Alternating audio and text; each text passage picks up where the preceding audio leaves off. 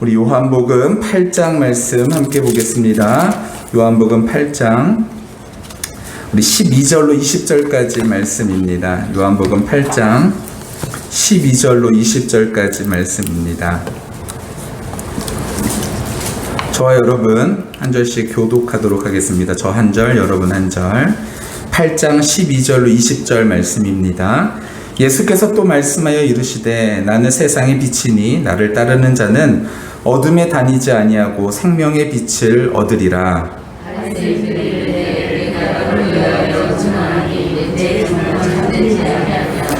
예수께서 대답하여 이르시되 내가 나를 위하여 증언하여도 내 증언이 참되니 나는 내가 어디서 오며 어디로 가는 것을 알거니와 너희는 내가 어디서 오며 어디로 가는 것을 알지 못하느니라. 너희는 육체를 따라 판단하나 나는 아무도 판단하지 아니하노라. 만일 내가 판단하여도 내 판단이 참되며 이는 내가 혼자 있는 것이 아니요 나를 보내신 이가 나와 함께 계심이라. 너희를 보여도 두 사람의 증언이 참되라 기록하였으니 내가 나를 위하여 증언하는 자가 되고 나를 보내신 아버지도 나를 위하여 증언하시니라. 이에 그들이 이르되 내 아버지가 어디 있느냐. 예수께서 대답하시되 너희는 나를 알지 못하고 내 아버지도 알지 못하는도다.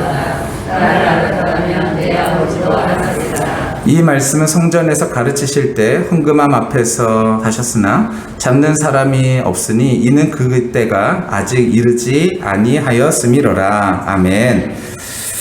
네, 오늘 독일 다름슈타트라는 지역에 대해서 여러분과 좀 잠깐 한번 이야기를 하려고 합니다. 독일에 다름슈타트라는 지역이 있어요. 여러분 독일 한번 가보셨나요? 저는 사실 독일에 가고 싶은 마음이 옛날엔 조금 있었던 것 같아요. 근데 그렇게 많지 않았었는데 오늘 제가 설교를 준비하면서 이 지역을 보고 여기 한번 가보고 싶다라는 생각이 들었었습니다. 가나안 공동체라는 것이 이 다름슈타트라는 지역에 있는데요. 한국을 포함해서 전 세계 20여 국에서 온 약 200여 명의 여자 성도들이, 자매들이 이곳에 모여서 공동생활을 하고 있습니다.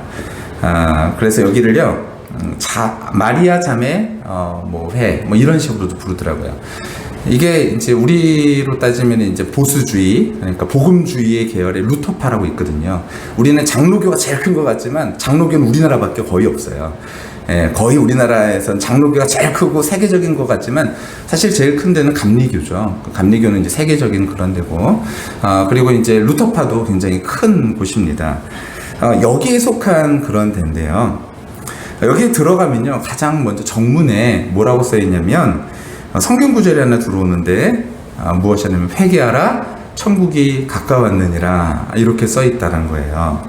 그 회개는요, 이 마리아 자매 공동체의 설립 동기자 근거가 된다, 이런 것이 바로 이들의 정신입니다. 마리아 자매는요, 자매회는 회개로 시작된 영적 공동체였습니다. 무슨 일이 있었냐? 세계 2차 대전 때 독일이라는 나라가, 독일이 유대인들을 대량 학살했었잖아요. 유태인들을요. 근데 그러면서 연합군이 독일 지역을 맹폭격할 때 1944년 9월 11일 연합군은요, 이 다름슈타트의 무기 생산 공장이 있어가지고 여기로 엄청난 공격을 퍼부은 거예요. 그래서 여기에 도시가 완전히 폐허가 되고 12,000명의 사람들이 거기에서 목숨을 잃게 됩니다. 다름슈타트에서 태어난 바실레 슐랭크라는 한 여자분이 있는데, 이 여자분이 이 사건을 보면서 사람들과 함께 모여서 기도하기 시작했던 거예요. 기도하는데 그냥 기도만 한 것이 아니라 요엘서를 말씀을 함께 공부하면서 요엘서의 말씀에 우리 이번에 금식 기도회를 했던 것처럼 똑같은 그 본문 말씀, 환란 때에 금식하고 성회를 모으고 이 말씀의 은혜를 받아서 이들이 함께 기도하기 시작했대요. 야, 이 독일에 이와 같은 엄청난 폭격이 있는 거 사람들은 왜 우리한테 이런 일이 있어? 라고 생각할 수도 있었겠지만 이들은 우리가 유태인들을 학살하고 이 나라가 기독교 국가인데도 불구하고 하나님의 뜻이 아닌 다른 방법으로 했기 때문에 우리가 이런 고난을 당하는구나. 그러니 우리가 더 기도하고 회개해야겠다라는 생각으로 확신하면서 이들이 믿음 공동체를 이루고 서로 함께 기도하면서 이스라엘을 사랑하고 자기 자신들을 위해서 회개하는 운동들이 일어난 거예요. 독일을 위해서 회개하고 세계 나라들을 위해서 회개하면서 계속 이 운동을 이루어온 것이 이제 약 70년이 지난 것입니다. 이 공동체로 들어가는 입구에는요, 예수 그리스도를 믿는 신앙을 통하여 하늘과 땅을 지으신 주님의 도우심만으로 지어진 교회, 다른 것이 아니라 주님의 도우심만으로. 그래서 이 공동체 초기에는요, $10로 시작했대요. $10. 달러로 $10, 미국 돈으로 $10로 시작했는데, 거기에서 어떤 사람이 갑자기 땅을 기부하고, 그리고 갑자기 거기에선 샘이 안 터진다 그랬는데, 뭐 샘이 터지고, 근데 지금도 아직 샘이 있더라고요. 제가 그 영상을 확인했었는데, 이들은 여하튼 어떤 방법이든 하나님이 주시면 먹고 안 주시면 굶는다라는 정신으로 끝까지 이 일을 지금까지 이어갖고 온 거예요. 근데 이들이 얼마나 이 일들을 철저하게 이루고 있느냐. 이곳에서는요, 매일 저녁에 뭘 하냐면요, 빛 가운데 교제라는 것을 한대요. 빛 가운데 교제. 모든 공동체원은 저녁을 먹고 나서요, 하루 종일 이제 다 같이 모여가지고 하루 종일 서로에 대해서 이야기해 준대요. 내가 본 오늘 이 사람의 모습에 대해서 이야기해 준다는 거예요. 좋은 거, 나쁜 거. 근데 제가 이것을 어떻게 운영하는지는 제가 직접 보지 않았기 때문에 잘은 알지 못하겠지만, 이렇게 자기 자신이 이 사람에 대해서 느낀 것들을 다 얘기해 준대요. 야, 당신은 오늘 표정이 이랬어요. 오늘 말투는 이랬어요. 오늘 행동은 이랬어요. 그리고 저는 이런 모습을 보면서 뭐가 좋았어요, 나빴어요. 여하튼 그런 얘기들을 상세하게 해주면 듣는 사람들은 그것을 듣고 수긍하고 뭐 하냐면 회개하면서 기도하기 시작한다는 거예요. 이 사람의 말이 다 맞는지 틀린지는 몰라요. 하지만 이 사람이 말했을 때에 이 말을 듣고 거기에다가 자기가 뭔가를 덧붙이는 것이 아니라 하나님께서 또한 이 사람을 통해서 하신 말씀이 있겠지라는 생각으로 이걸 붙들고 회개한다는 거예요. 근데 그 영상을 보니까 거기에 있는 그 자매들을 보니까 30대에서부터 막 80대 그 정도 되시는 그 어른들까지 있는데 표정들이요, 와, 그렇게 밝을 수가 없어요. 평생에 걸쳐서 당신에 대해서 뭐 안 좋게 얘기했거나 막 이랬을 때 우리는 그렇게 얘기를 들으면 그 자존감이 얼마나 낮아졌을까 이러는데, 그들의 얼굴은요 엄청 환해요. 집에 가셔서 한번 유튜브로 한번 확인해 보세요. 이 사람들의 모습이요, 너무너무나 평안하고 너무너무나 좋더라고요. 이들은 그 이야기를 듣고선요 그대로 받아들이면서 하나님의 음성으로 들은 것이죠. 선한목자교회 유기성 목사님, 여러분 잘 아시죠? 이 선한목자교회 유기성 목사님 하루는 예배를 끝나고 나서 이렇게 있는데 성도들과 이제 인사를 나누고 있는데 한 권사님이 지나가시더래요. 근데 그 권사님한테 인사를 했는데, 그 권사님이 어떤 권사님이냐, 우리로 따지면은 그 구역장 같은 것이죠. 근데 그 구역원에 한 분이 안 보이시길래 그분한테 이랬대요. 유기성 목사님이 그 한번 전화 좀 한번 해보시라고. 근데 그분이 이제 전화를 해보시라고 이렇게 말씀드리긴 네라고 대답했길래 그냥 뭐 만났을 때 어떻게 통화 한번 해보셨어요? 이렇게 얘기했는데 그분이 갑자기 그 성도들이 많은 자리에서 다짜고짜 아니 우리도 좀 살자고요, 이렇게 뭐 소리를 지르면서 화를 내시더래요. 유기성 목사님이 깜짝 놀라서 왜 그러시나. 그분이 거기서 막 노발대발 화를 내면서 우리가 얼마나 바쁘고 힘들게 이 자리까지 왔는지 알아요? 근데 우리가 남까지 챙겨야 돼요? 이러면서, 그러면서 뭐라 그러는 목사님한테 이렇게 딱 얘기했대요. 우리가 이렇게 열심히 하는 거 목사님 이 교회 부흥시켜가지고 목사님 이름 내려고 그런 거 아니에요? 근데 그 말을 듣는데 목사님이 마음이 너무 아프더래요. 그래가지고 끝나고 나서 그분을 보내고 나서 기도하시는데 하나님한테 기도했대요. 하나님, 제 마음이 이래요. 이 얘기를 들었는데 제 마음이 너무 슬퍼요. 근데 그때 하나님께서 야, 그래, 내가 너의 마음을 안다. 내가 너를 이해한다. 야, 너 잘하고 있어. 이 말씀하실 줄 알았는데 아무 말씀이 없으시더래요. 근데 그때 마음속으로 뭔가 확 하고 들어오는 것이 있는데, 그것이 무엇이냐면은 너가 정말로 그렇게 하지 않았냐라는 거예요. 저는 아마도 이 공동체가요, 이 회개하는 내용들을 들으면서 이와 같은 마음을 가졌을 것 같아요. 누군가의 이야기가 다 맞다가 아니라 여하튼 이 공동체를 신뢰하면서 그 공동체 안에서 있는 이야기들을 받아들이면서 회개하는 것이죠. 이 공동체 설립자인 바셀립 실링크는요, 이러한 시간이 필요한 이유를 이렇게 표현했다고 합니다. 회개하지 않으면 하나님의 은혜 가운데 거할 수 없습니다. 잘한 점은 더 노력하고 회개할 것은 바로 깨달을 수 있도록 서로를 비춰주기 위한 시간으로 우리에게 참으로 필요한 시간입니다. 그래서 그것을 70년이 넘는 시간 동안 유지해 갖고 온 것이죠. 하나님과의 막힘이 있을까봐, 자기가 자기 자신을 보지 못하니까 서로가 서로를 봐주기 위해서 이와 같은 일들을 하고 있다는 거예요. 제가 솔직히 이 이야기를 맨 처음 들었을 때, 야, 정말로 대단한 교제구나, 좋은 교제구나, 이런 생각도 들었지만, 한편으로는 이것이 진짜 한국교회에 만약에 있다면 가능할까? 라는 생각이 들었어요. 참 좋은 교제인데 한국교회에서 가능할까? 한국교회에서는 사실 우리가요, 우리에 있는 것들을 다 말하지 못하죠. 서로에 대해서 본 것도 우리는 함부로 말하지 않습니다. 아니, 못하죠. 이거 말하면 상처받을까? 저거 말하면 싫어할까? 다른 사람이 어떻게 생각할지 몰라서 말하지 못하는 경우가 너무나 많이 있죠. 어떤 목사님이 그런 얘기를 하신 적이 있어요. 어떤 성도가 와가지고 목사님한테 막 안 좋은 얘기를 막 꺼낸 다음에 맨 마지막에 딱 이렇게 얘기했대요. 교회가 여기밖에 없는 줄 알아요? 난 딴 데 갑니다. 이랬는데 그때 그 목사님이 그 성도한테 그래도 마음에 있는 얘기를 한마디를 하셨대요. 그래도 권사님은 좋겠어요. 딴 데 교회 갈 수 있어서. 전 이 교회에 있어야 됩니다. 이렇게 얘기하셨다는 거예요.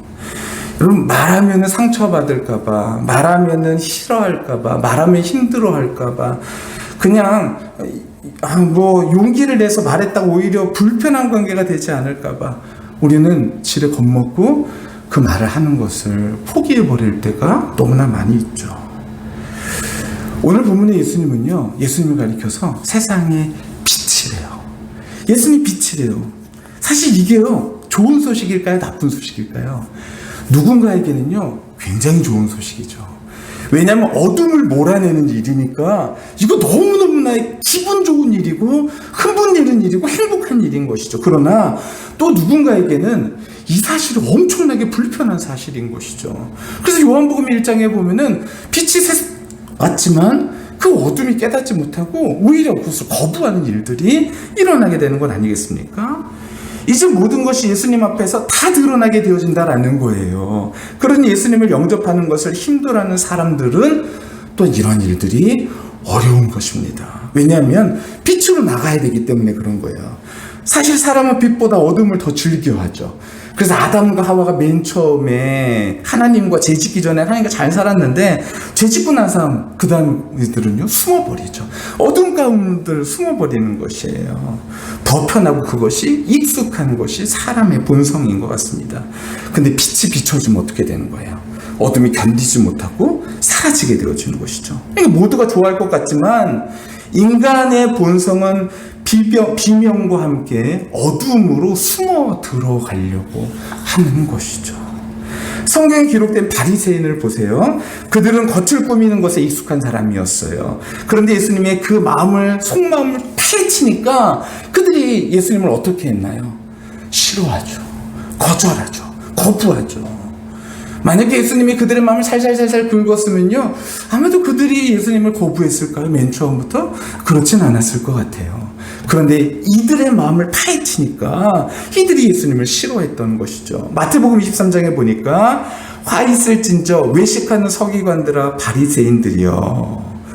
예수님께서요, 화 있을진저라고 말하는 게 마태복음 23장에 계속 나오죠.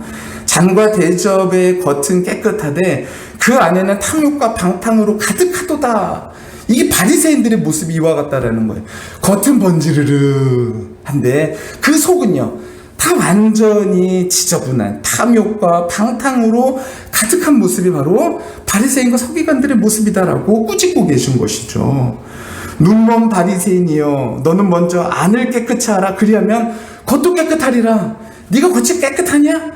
안도 깨끗해야 하라. 그러면 겉도 깨끗해지는 된다 이 얘기하시는 것입니다. 그러면서 뭐라고 하면 화 있을 진짜 외식하는 서기관들과 바리새인이여 회칠한 무덤 같으니 겉으로는 아름답게 보이나 그 안에는 죽은 사람의 뼈와 모든 더러운 것이 가득하다. 회칠한 무덤이 뭐냐면요, 우리나라는 무덤 하니까 이거 봉분을 생각하잖아요. 당시에는 그런 게 아니잖아요. 돌로 이제 동굴 같은 데 막아놨던 것이죠. 사람들이 지나가다가 명절 때가 되면 순례객들이 지나가니까 마을의 지리들을 잘 모르잖아요.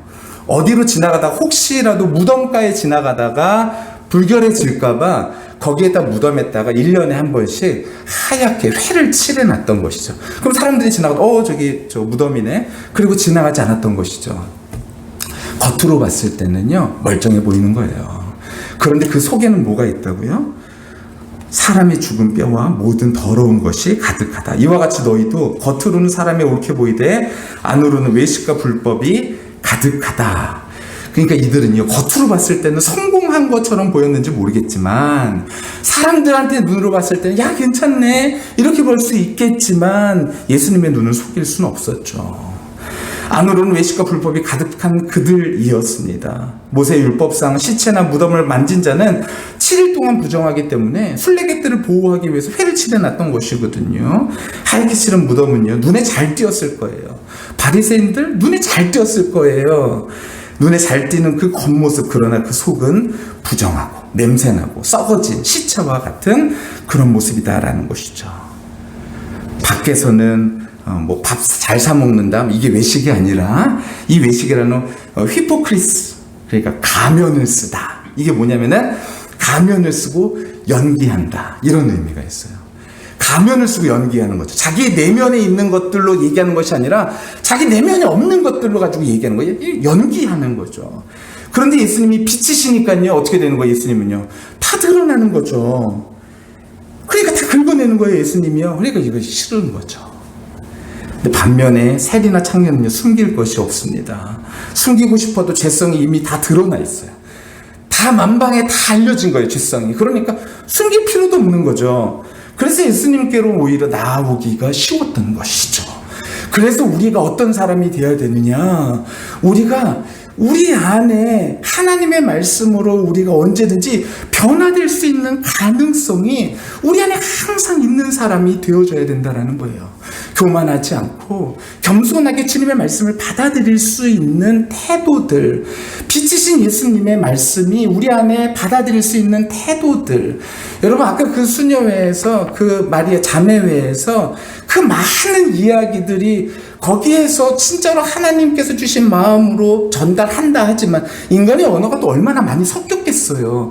그런데 섞였음에도 불구하고 그들이 그 모든 것을 통하여 합력하여 선을 이루시는 하나님을 의지하고, 그리고 그 하나님께서 이 수녀회를 통하여서 이루실 것들을 기대하는 마음으로 끝까지 그 공동체를 사랑하고 그 공동체에 헌신하기 때문에 그들에게 변화가 있었을 수 있었던 거 아니겠습니까? 마찬가지죠. 여러분 우리의 마음도요 이 세리와 창녀와 같이 우리의 마음이 빛 가운데로 나아가는 것이 우리 마음속에 기쁨이 되어지고 그것을 다 열어드릴 수 있는 그런 우리 모두가 다 되어야 될 줄로 믿습니다. 그런데 이것이 어떻게 되어 있느냐, 이제 오늘 본문이에요. 8장을 보니까 8장 2절에 보니까 이렇게 기록되어 있죠. 예수는 감람산으로 가시니라 아침에 다시 성전으로 들어오시니, 이게 뭐냐면요 지금 7장과 8장은 7장에 보시면은 7장 37절에 명절 끝날 이렇게 기록되어 있어요. 명절 끝날, 이게 초막절이거든요. 초막절은요 제가 예전에 대림절 설교할 때 오늘 새벽에 잠깐 말씀드렸지만, 대림절 때 첫 번째 설교 때 말씀드렸지만, 초막절에 뭐라냐면요 실로암 못에서 물을 떠다가 성전에다 붓는 일들 했죠. 그러면서 뭐라 그러냐면은 생수가 터져 나올 것에 대해서 이제 함께 말씀을 나누고 은혜를 나눴던 거예요. 근데 그 말 끝에 예수님께서 이제 뭐라 그러시는 거예요?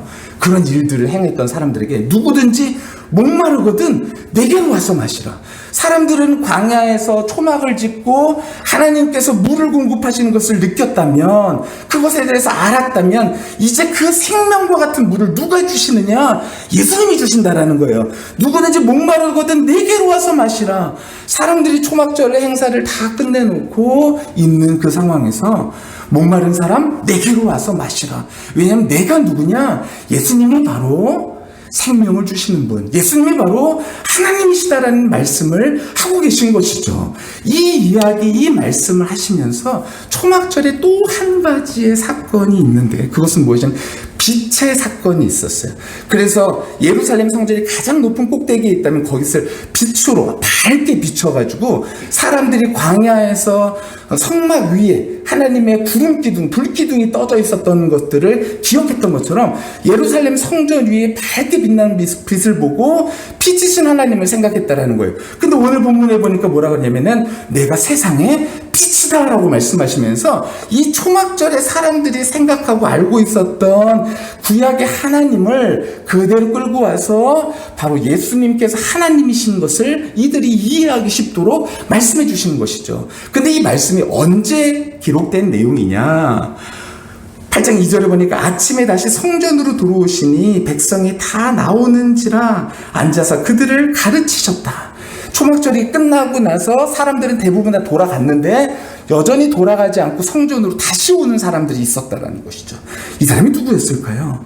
성전으로 다시 오는 사람들은 아마도 이 예수님의 말씀을 듣고 목마르거든 내게로 와서 마시라. 나를 믿는 자는 성경에서 기록된 것 같이, 성경에서 말씀하신 것 같이 그 배에서 생수가 나오리라, 흘러나오리라. 그래서 이 생수가 흘러나와 생명이 있는 일들이 일어나게 될 것이다. 이 말씀을 들은 사람들이 이 말씀을 잊지 못하고 이들 가운데 나온 것 같아요.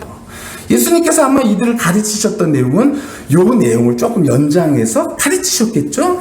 근데 그때에 누가 나타나냐면 서기관들이 나타나는 것입니다. 서기관들이 나타나서 서기관들과 바리새인들이 음행 중에 잡힌 여자를 끌고 와서 가운데 세웠다.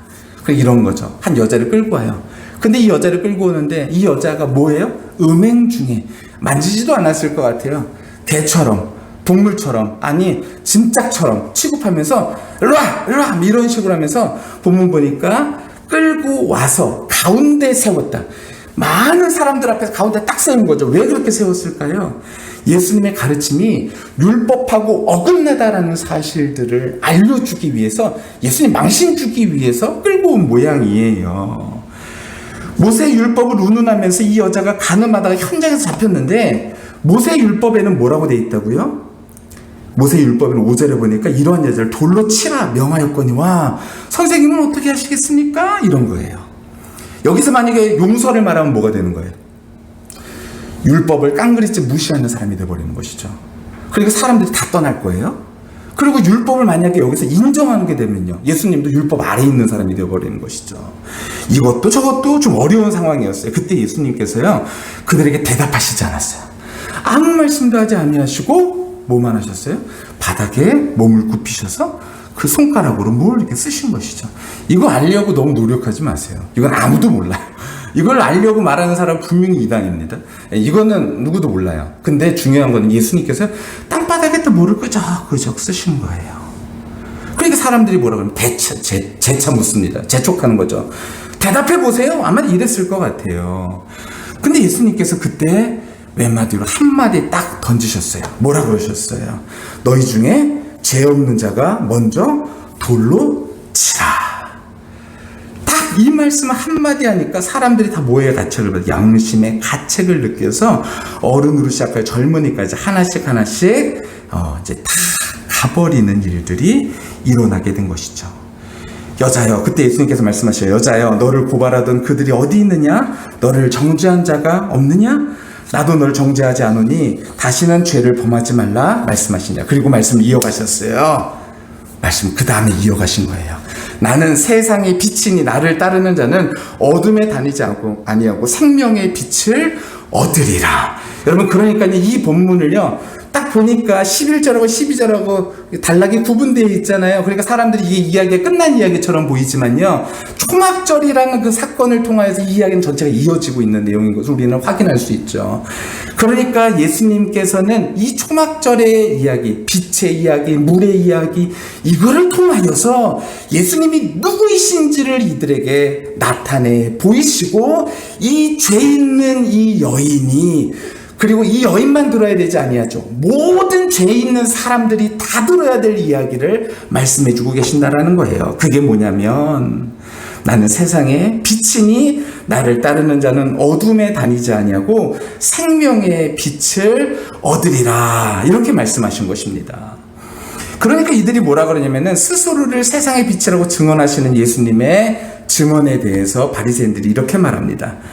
내가 너를 위하여 증언하니, 그러니까 쉽게 말하면, 야, 너가 너 얘기하는데 그게 무슨 말이 그게 참돼? 왜냐하면 이스라엘에서는요, 무슨 말을 하기 위해서는 증인이 필요하거든요. 증인이 필요합니다. 꼭 증인이 있어야 돼요. 근데 사실 불법으로 따지면요, 증인 한 명 없이 가늠한 여인을 끌고 온 것 자체가 불법입니다. 이 바로 전에요. 이 바로 전에 이들은 증인 한 명 없이 이 여자를 끌고 와서 뭐 하려고 그랬어요? 죽이려고 그랬어요. 이들이 훨씬 더 불법이라는 거예요. 불법을 저지르고도 한 사람의 목숨을 돌로 던져 해하려고 했지만 그들의 행동은 불법인지 모르는 거예요. 자신의 행동은 불법인지 전혀 모르는 거죠. 그리고 다른 사람의 행동만 정죄할 수 있는 그런 능력이 이들에게 있는 것이죠. 여러분, 이것은 옳지 않아요. 이 바리새인들의 모습이 이렇다는 거예요. 이들에게 말 한마디 해줄 수 있는 사람은 아무도 없었어요. 왜냐하면 이들이 너무 이 당시에 셌거든요. 쉽게 말하면은 갑이었어요. 정치적인, 종교적인 갑이었기 때문에 이들에게 말해줄 수 있는 사람은 아무도 없었죠. 근데 이들은 자기 행동은 불법이지만 예수님의 행동을 가리켜서 불법이다라고 말하는 거예요. 근데 예수님은 말씀하시죠. 예수님 행동이 불법이 아니다라고요. 요즘 어디를 가도 신분을 노출해야 됩니다. 난 누굽니다 라는 거 다 노출해야 되죠. QR코드를 무조건 다 찍어야 돼요. 밥 먹으러 가도 QR코드, 마트에 가도 QR코드, 어디를 가도 QR코드, 다 QR코드예요. 이게 쉽게 말하면 뭐죠? 신분증이죠. 신분증이 무언가요? 신분증. 이 주민등록증이 뭐죠? 이게 나라에서 나의 신분을 공증해 주는 거죠. 우리는요, 우리 자신에 대해서 공증하고 나 자신을 증언할 수 있는 아무런 그런 근거가 없는 사람이에요. 내가 아무리 내가 누구다라고 말해도 아무도 안 믿어줘요. 근데 나라에서 그것을 공증해 준 것이 신분증이죠. 국제적으로 해주는 건 여권인 것이죠. 근데 예수님은요, 공증이 필요한가요? 그렇지 않습니다. 하나님은 스스로 계신 분이시죠. 신분을 공증할 방법이 없는 거예요. 예수님은요, 하나님이시기 때문에 신분을 공증할 방법이 없는 것이죠. 이름으로 공증하겠어요? 예수님은 하나님 뭐라 그러셨어요? 나는 스스로 있는 자다. 나는 나야. 나는 난데? 근데 사람들이 누구세요? 라고 말하고 나는 난데? 이렇게 계속 말씀하시면 이게 말이 안 되는 거죠, 서로가요. 이게 우리는 공증이 무조건 필요한데 하나님은 공증이 필요 없으신 분이죠. 그래서 하나님이 육의 몸을 입고 이 땅 가운데 오시고 우리에게 말씀을 주신 것입니다. 하나님이 누구이신지를 나타내 보이신 것이죠. 하나님이 누구냐? 생명의 떡이다라는 거예요. 하나님이 누구시냐? 세상의 빛이시다라는 거예요. 그래서 세상에 생명을 주고, 그리고 세상에 생명을 주어서 우리로 하여금 소생케 되어주고 힘을 얻게 되어주고 영생 얻도록 하는 것, 그것이 바로 하나님께서 이 세상을 구원하시는, 구속하시는 방법이라는 것이죠. 여러분, 이 사실이 우리에게 너무나 중요합니다. 성경에서 애굽, 이집트가 히브리어로 뭐냐면은 미츠라임입니다. 미츠라임, 미가 뭐냐면 장소, 쯔라임이 뭐냐면은 환란이 많은 곳이라는 뜻이에요. 애굽은. 근데 거기에서 뭐 했나요? 나왔잖아요. 여러분, 이게 구속이죠. 근데 나와서 어디로 갔나요? 가나안 땅으로 바로 쏙 들어갔나요? 아니죠. 어디로 갔어요? 광야로 갔죠. 광야에서 뭐 했나요? 만나를 먹었죠. 만나를 먹은 이유가 뭐예요? 하나님께서 낮추시기 위함이다 라고 분명히 기록했어요. 우리를 낮추시기 위하여 이 만나를 먹이신 거예요. 근데요, 여러분, 그 하늘이라는, 천국, 하늘이라는 이 하늘나라, 이 하늘이 뭐냐면은 라키아라는 단어, 이 라키아가 뭐냐면은 평평하다라는 의미가 있어요. 낮다, 평평하다. 그러니까 어떤 의미냐면요, 하나님께서 우리를 그 환난 많은 곳에서 바로 천국으로 들어가는 것이 아니라 환난 많은 곳에서 이 광야를 살면서 만나를 먹어가면서 환난 가운데에서 있는 광야에서 만나를 먹어가면서 뭘 하냐고요? 낮아지는 것이죠. 낮아지는 자들을 하나님께서 빌립보서에 보면 어떻게 되냐면요, 그들을 하나님께서 구속에 참여하게 해주신다는 것이죠. 우리 그리스도 형체로 닮은 모습으로 바꿔주신다는 거예요. 이게 우리가 낮은 것. 그럼 우리가 지금 이 환난의 때에 뭐 해야 되느냐? 우리가 뭐 해야 되죠? 만나를 먹어야 된다는 거예요. 만나가 무엇인가요? 생명의 떡이신 예수 그리스도의 말씀을 우리가 먹고 살아야 된다는 것이죠. 그분이 바로 하나님이시다라는 거예요. 이거 나타내고 계신 것이죠. 또요, 예수님이 누구시냐고요? 빛이시다라는 것이죠. 빛은 어둠을 몰아내죠. 어둠 가운데 있는 것들 다 몰아냅니다. 성경에서 어둠은 뭐예요? 혼란이고 공허고, 그리고 그러한 혼란스러운 가운데 있는 것이죠. 근데 하나님은요, 질서죠. 그리고 모든 것을 바로잡으시는 것이죠. 하나님의 나라로, 하나님의 통치의 방식으로 바꾸시는 것이죠. 이런 식으로 바꿔나가는 것이죠. 이것이 누가 이 일을 다 하신다고요? 하나님께서, 빛이신 하나님께서 그 일들을 하신다라는 거예요. 이 증언을 누가 증언을 받아야 하나요? 또 누가 받을 수 있나요? 예수님은 말씀하셨죠. 17절에 너희 율법에도 두 사람의 증인이 참되다 기록되었으니 내가 나를 위하여 증언하는 자가 되고 나를 보내신 아버지도 나를 위하여 증언하시니라. 이에 그들이 묻되 내 아버지가 어디 있느냐? 예수께서 대답하시되 너희는 알지 못하고 내 아버지도 알지 못하는도다. 나를 알았다면 내 아버지도 알았으리라. 여러분, 이 얘기가요, 바리새인들에게 어땠을 것 같으세요? 쉽게 말하면 뭐예요? 너희들 나 모르지? 너는 아버지도 몰라 라는 거예요. 이들이 이 얘기를 듣고 어땠을까요? 천불이 나는 거죠. 마음에서 열이 뻗치는 거죠. 우리가 하나님을 몰라? 이야, 이렇게 되는 거죠. 어떻게 되는 거예요? 죽이려고 그러는 것이죠. 빛이 비춰지니까요, 이 어둠이 견디지를 못하는 거예요. 어둠이 견디지를 못하니까 두 가지로 튀는 거죠. 하나는 하나님 앞에 무릎을 꿇든지 아니면 화를 내든지 분노를 해서 사망으로 가는 것이죠. 증언이 필요하다면 예수님도 있다는 거예요. 나를 보내신 아버지가 나를 위해 증언한다. 그리고 그들에게 일침을 가했다는 것이죠. 너희가 나를 알았으면 너희 아버지도 알았을 것이다. 너희가 지금까지 하나님을 알고 있다고 자부하지만 너희는 하나님을 알지 못하는 것이다라고 이야기하고 있는 것입니다. 그들이 듣고 싶지 않은 이야기죠. 스스로를 속이고 감추고 싶었던 일인지 모릅니다. 그들은 지금까지 사람의 기준으로 사람을 판단하며 스스로를 경건한 척했죠. 스스로를 경건한 척하면서 사람의 기준을 가지고선 판단은 정말로 잘했던 것 같아요. 그들은 근데 빛이 아닌 어두운 가운데 있었던 것이죠. 영적 가면을 쓰고 연기하듯이 하나님을 아는 척하며 살아간 것입니다. 그렇다고 가늠하다가 잡혀온 여인이 빛에서 살아갔던 건 아니에요. 그녀도 바리새인과 그리고 우리와 같이 모두가 빛에 살아야 된다는 이야기를 하고 있는 것이죠. 그렇게 살지 않으면 이제 숨길 수 없는 때가 다가온다는 것입니다. 히브리서에 보면 4장에 하나님의 말씀은 살아있고 활력이 있어 좌우에 날서 어떤 검보다도 예리하여 그리하여 혼과 연과 및 관절 골수를 찔러 쪼개기까지 하고 우리의 마음과 생각을 판단한다. 이거 언제 일이에요? 마지막에. 지으신 것이 하나도 그 앞에 나타나지 않음이 없고 우리의 결산을 받으실 이의 눈앞에 만물이 밝아보는 것처럼 드러날 때가 온다라는 것이죠. 하나님의 말씀이 비춰지면요, 우리의 마음은요, 빛이신 하나님께서 비춰지면 우리 마음은 다 드러나는 것이죠. 지금 안 드러나면 언제 드러난다는 거야? 마지막 때라도 드러날 때는 분명히 온다라는 것이죠. 하나님이 왜 인간의 몸을 입고 이 땅에 오셨나요? 이 문제를 이 땅에서 미리 해결하시기 위해서 오시는 것입니다. 우리의 죄가 빛으로 드러나야 하기에 오신 것이죠. 우리를 구원하시기 위함입니다. 나의 죄를 보지 못한 사람은 십자가의 대속의 은혜가 그러니 무슨 말인지 도대체 일체 알아들을 수가 없는 것이고, 나의 죄가 보여지지 않는 사람은 십자가의 대속의 은혜가 점점 희미해지는 것이고, 내가 빛 가운데로 나가지 못하는 사람은 그 어둠이 점점 나를 장악하여 십자가의 은혜가 점점 희미하고 희미해지게 보여지는 것이죠. 여러분, 그러니 우리가 빛 가운데로 나아가고 있는 것, 우리가 그리스도와 함께 연합하여 정말로 그 안에 있다라는 것을 확인할 수 있는 방법 중에 하나는 무엇이냐면, 우리가 빛 가운데에서 살아가고 있는지를 알 수 있는 방법은 무엇이냐면, 우리 안에 내가 얼마나 하나님의 말씀을 받아들이고 이 말씀이 내 삶을 움직이는 유일한 힘이 되면서 내가 죄인인 것을 깨닫고 살아가는가라는 것이죠. 여러분, 이것을 간단하게 표현할 수 있는 예화가 하나 있어요.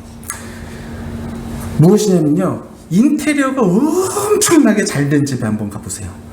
인테리어가, 그런 집에 가본 지가 언제인지 저 기억이 잘 안 나는데, 인테리어가 엄청 잘 된 집에 가보면요, 딱 뭐가 느껴져요? 우리 집과 차이점이 느껴지는 것이죠. 야, 이 집은 인테리어가 끝내주네. 그러면서 생각나는 게 뭐예요? 우리 집이 생각나는 거죠. 우리 집은 이런데, 야, 이 집은 끝내주네. 제가 어렸을 때 어디서 살았냐면 서울 방배동에서 살았어요. 방배동 저 윗동네는 엄청 잘 사는 사람 많았거든요. 뭐 어디 대기업 총수들, 회장들 집들도 많았고요. 뭐 여하튼 엄청 많았어요. 제 친구 집이 그 중에 하나였는데, 걔네 집에 가면 뭘 할 수 있었냐면요, 마당에서요 발야구를 할 수 있었어요. 마당이 너무 넓고 나무가 높아가지고 공이 안 넘어가요. 그리고 더 중요한 거는요, 유리가 방탄유리였어요. 그래서 거실 유리가 깨지지 않아요. 집안에 부엌이 몇 개였냐면 부엌이 3개예요. 화장실이 3개가 아니라 부엌이 3개예요. 지하에 하나, 1층에 하나, 2층에 하나. 부엌이 3개고 거기서 숨바꼭질하면 못 찾아요. 꼬불꼬불꼬불 돼 있거든요. 엄청 큰 집이죠. 근데 그 집에 딱 갔을 때, 저희 집이 그때 당시에는 어디였냐면은 지하실이었어요. 저희 집은 방이 굉장히 작았어요. 작은 방의 지하실에 창문이 여기 있었어요. 창문이 여기, 안방 창문은 여기. 저희 형하고 저거 쓰는 방은 창문은 그래도 허리 높이에. 저희 집이 전체가 걔네 집 방 하나보다 훨씬 더 작았거든요. 딱 걔네 집에 가면 우리 집이 생각이 나는 거예요. 딱 이런 느낌이 있었죠. 우리가요, 하나님의 말씀, 이 빛이신 하나님께 가까이 가면은 우리의 누추함이 드러나는 것이죠. 내가 얼마나 죄인인 것이 드러나는 것이죠. 이것이 드러나는 것이 바로 은혜이고, 이것이 바로 하나님께서 은혜의 방편으로 사용하셔서 우리를 구속하시는 방법이시기도 하시다라는 거예요. 나폴리의 총독인 오스나 공작이요, 스페인의 바르셀로나를 방문했을 때 일이라고 합니다. 항구 바깥에 죄인들이 노를 젓는 배가 하나 있었는데, 거기에 죄인들이 가득 있었던 거예요. 이 죄인들을 그래서 만나기 위하여 이 공작이요 올라갔는데, 사람들에게 물어보는 거예요. 당신은 무슨 죄 때문에 왔습니까? 당신은 무슨 죄 때문에 왔습니까? 그랬더니 뭐라면 죄수들이 한결같이 하는 말이, 나는 억울하다고, 나는 누명을 썼다고, 나는 내가 그 죄 지은 거 내가 다 뒤집었었다고, 판사가 이거 제대로 판단하지 못했다고, 뭐 이런 식으로 자기의 죄에 대해서 막 호소하고, 이 공작이 왔으니까요, 기회잖아요, 이렇게 얘기한 거예요. 그런데 맨 마지막 죄수 한 사람이 이렇게 말했다고 합니다. 제가요 진짜 돈이 탐나가지고 남의 지갑에 손을 댄 죄인입니다. 제가 지금 제대로 죄값 받고 있는 거예요. 이렇게 얘기했대요. 이 죄수의 말이 끝나고 총독이요 들고 있던 막대기로 그 사람 등을 팍 쳤대요. 그러면서 죄인이 여기 있구만 이러면서, 당신은 이 배에 탈 자격이 없네. 여기서 끌어내서 밖으로 나가게. 여기에는 당신 말고 의인들이 얼마나 많은데, 당신 같은 죄인 때문에 여기 있는 의인들이 다 오염되면 어떡하나. 나가게. 이러면서 이 사람이 석방됐다라는 거예요. 이 얘기가 참 우리에게 좀 와닿는 이야기인 것 같아요. 진짜 회개하면 뭔가 일이 일어납니다.